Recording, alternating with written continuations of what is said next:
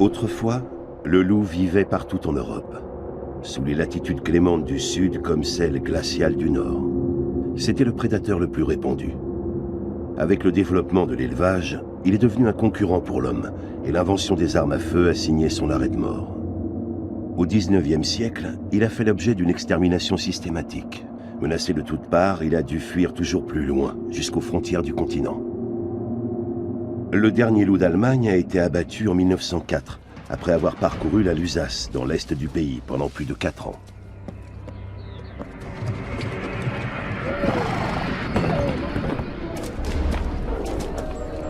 Le 27 février de cette année-là, une équipe de 18 chasseurs accompagnés de rabatteurs est sur les traces de celui qu'on surnomme le tigre de Sabroth. Ils sont déterminés à supprimer une fois pour toutes cet animal qui tue leur bétail, les cerfs, les chevreuils et les sangliers. Et cette fois, ils réussissent bel et bien à piéger le loup. Une prime de 100 marks récompensera le tireur victorieux.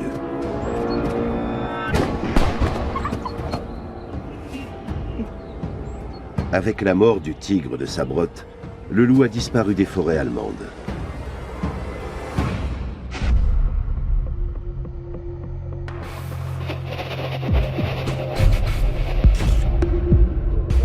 Cent ans plus tard, des pièges photographiques attestent que le seigneur des forêts est réapparu.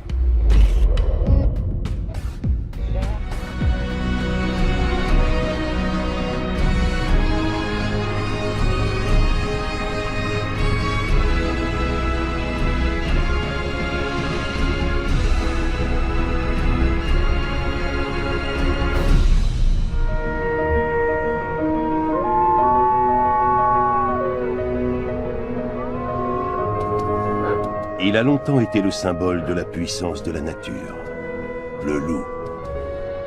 Mais au Moyen-Âge, il est diabolisé, pourchassé et massacré.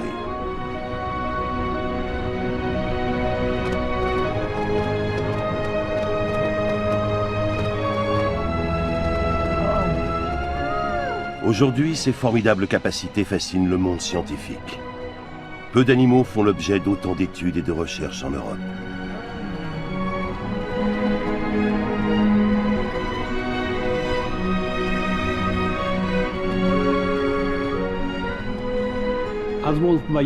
Nous savions que les loups pouvaient parcourir de très longues distances. En les suivant à travers l'Europe, nous avons été surpris de constater qu'ils n'hésitaient pas à passer par des zones densément peuplées. Ceci est l'histoire de 3 extraordinaires loups voyageurs. La presse relaie ces différentes étapes pour le bonheur des lecteurs. Les journalistes s'en donnent à cœur joie avec des titres tels que « Le voyageur solitaire cherche le grand amour ».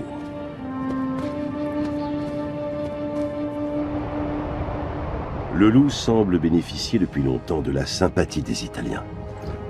L'une des plus célèbres légendes européennes ayant un loup pour héros se déroule dans le Latium. C'est l'histoire de Romulus et Rémus.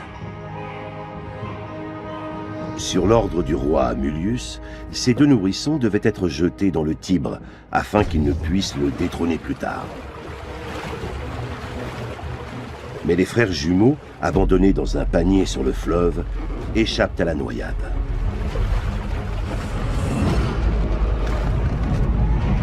À peine sortis des flots, les voici cependant face à une nouvelle menace. Dans les roseaux rôde une louve. Mais la louve prend les nouveau-nés sous son aile et se met à les allaiter. Plus tard, les jumeaux fonderont Rome, dont Romulus deviendra le premier roi.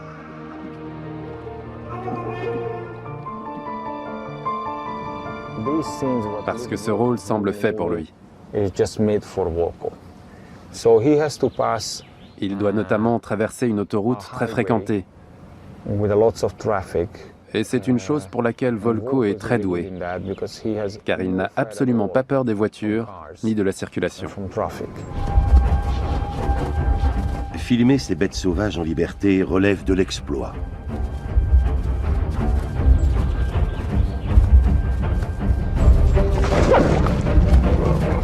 C'est donc avec des loups apprivoisés par Zoltán Orkai, un dresseur de renommée internationale, que nous reconstituerons les périples de nos 3 grands migrateurs. Si vous voulez travailler avec un loup comme celui-ci, il faut avant tout gagner sa confiance. C'est fondamental. Les animaux doivent avoir confiance en vous. Ce n'est qu'une fois qu'ils sont confiants et qu'ils vous aiment que vous pouvez commencer à travailler avec eux. Abondant gibier. Un terrain de chasse idéal pour les loups, dont les chevreuils et les cerfs sont les proies préférées. Il leur arrive aussi de manger des lièvres pour combler leurs besoins alimentaires, qui varient de 2 à 5 kilos de viande par jour.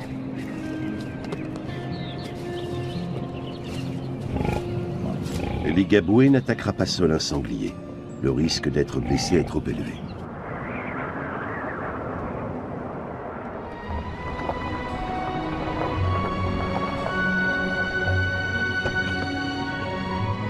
C'est ici que commence l'histoire d'Alon, le 2e loup migrateur.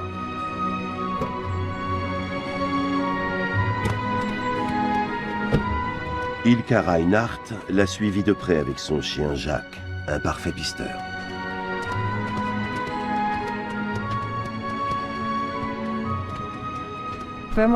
Quand on observe l'évolution de la population des loups en Allemagne, on constate que très souvent, les premières bandes à peupler une région s'installent dans des zones d'entraînement militaire. D'abord réapparus en Lusace, les loups ont ensuite été repérés plus à l'ouest, dans le Brandebourg et la région berlinoise en l'an 2000. 7 ans plus tard, des loups ont rejoint les régions du nord de l'Allemagne.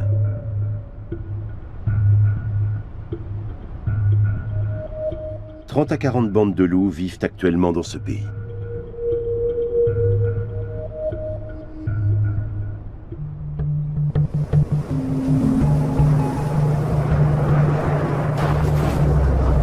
Les biologistes allemands ont constaté que la propagation de l'espèce dans le pays suivait un schéma séculaire. Les jeunes loups qui grandissent au sein d'un territoire donné, comme cette zone d'entraînement militaire quasi déserte, s'émancipent à l'âge de 10 à 22 mois et s'en vont former une nouvelle meute dans le voisinage.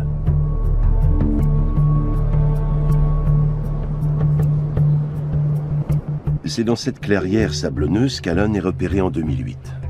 En grandissant, le louveteau se distinguera nettement de ses frères et sœurs par son comportement.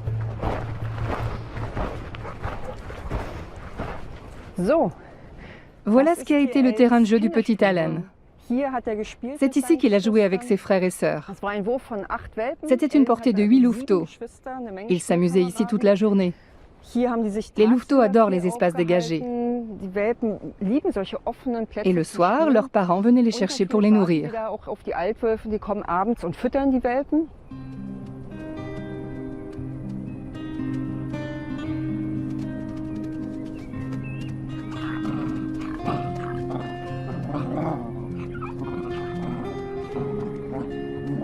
Alon et ses petits compagnons se préparent à leur future vie de chasseurs en batifolant.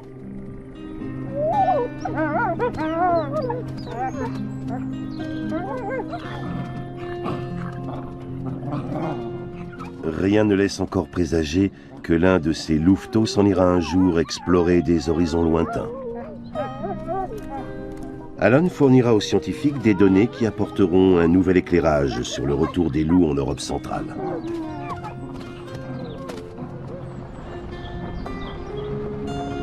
Son histoire a passionné Ilka, qui travaille au Lupus, un centre de recherche sur les loups.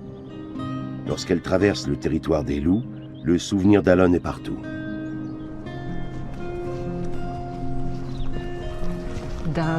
Il y a des empreintes de loups toutes fraîches.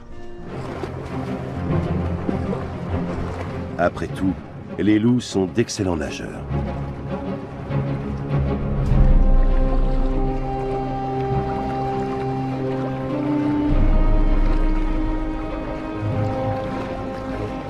Son instinct le pousse à aller toujours plus à l'est. Comment les loups définissent-ils leur itinéraire? C'est le mystère qu'aimeraient percer les chercheurs.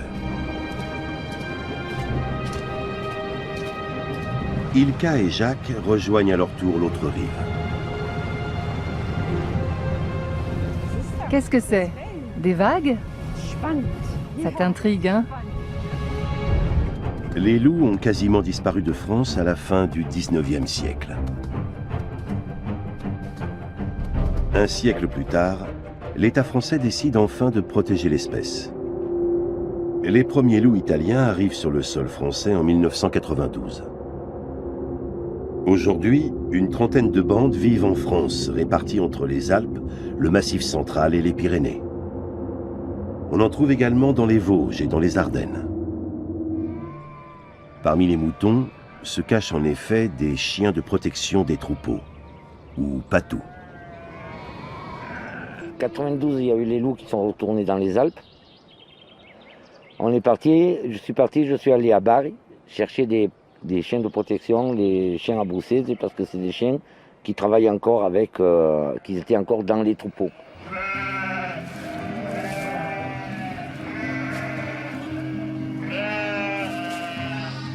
Le Montagne des Pyrénées est l'une des plus anciennes races de chiens de berger. En 2200 avant Jésus-Christ, ils étaient déjà très répandus. Ils vivent au cœur du troupeau dès leur naissance. Ainsi, ils développent des liens étroits avec les moutons.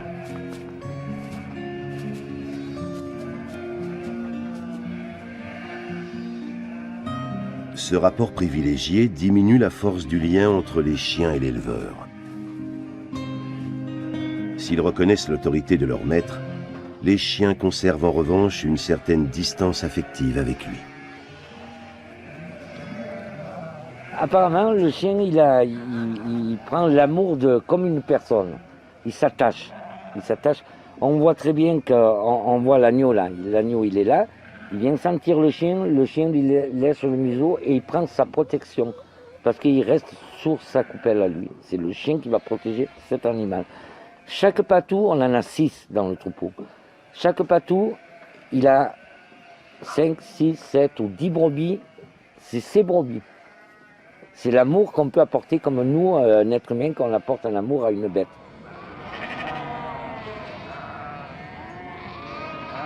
Les chiots sont formés à leur mission par les chiens plus âgés et expérimentés.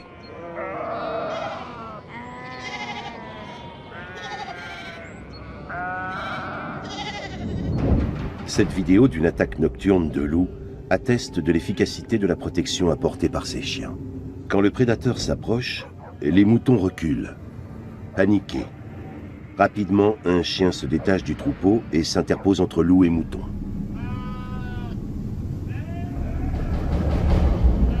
Il est vite rejoint par 2 autres chiens.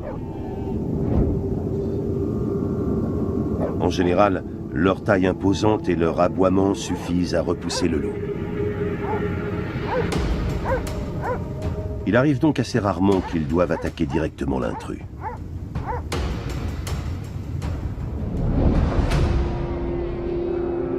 De plus en plus d'éleveurs de moutons ont recours à cette méthode de protection ancestrale.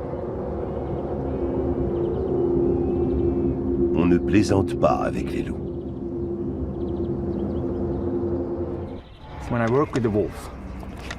Quand je travaille avec un loup, je ne lui dis pas « bon loup » comme je dirais « bon chien ». Un chien répond aux mots gentils, il veut se faire aimer. Un loup, lui, fonctionne à la nourriture. Ça ne signifie pas qu'il n'a pas d'affection pour moi. Il me fait confiance et fait équipe avec moi. Mais il n'obéit pas à mes ordres.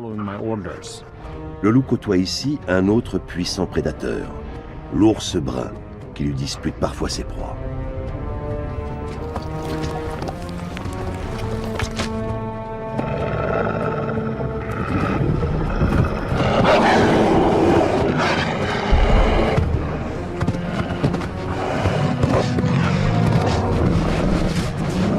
Le loup tente en vain de protéger son sanglier. Un simple coup de patte de son rival peut le tuer.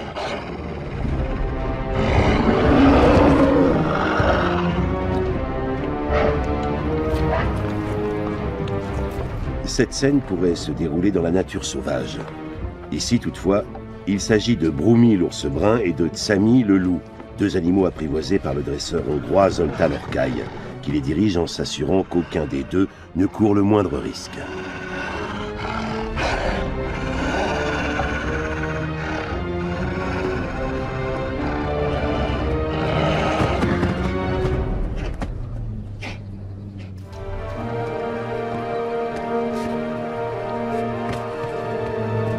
Les scientifiques ont apporté la preuve que les différentes populations de loups d'Europe entraient en contact les unes avec les autres grâce aux migrations d'individus isolés qui assurent ainsi un brassage génétique. Ainsi, les loups se réapproprient un habitat qui leur appartient autant qu'à nous.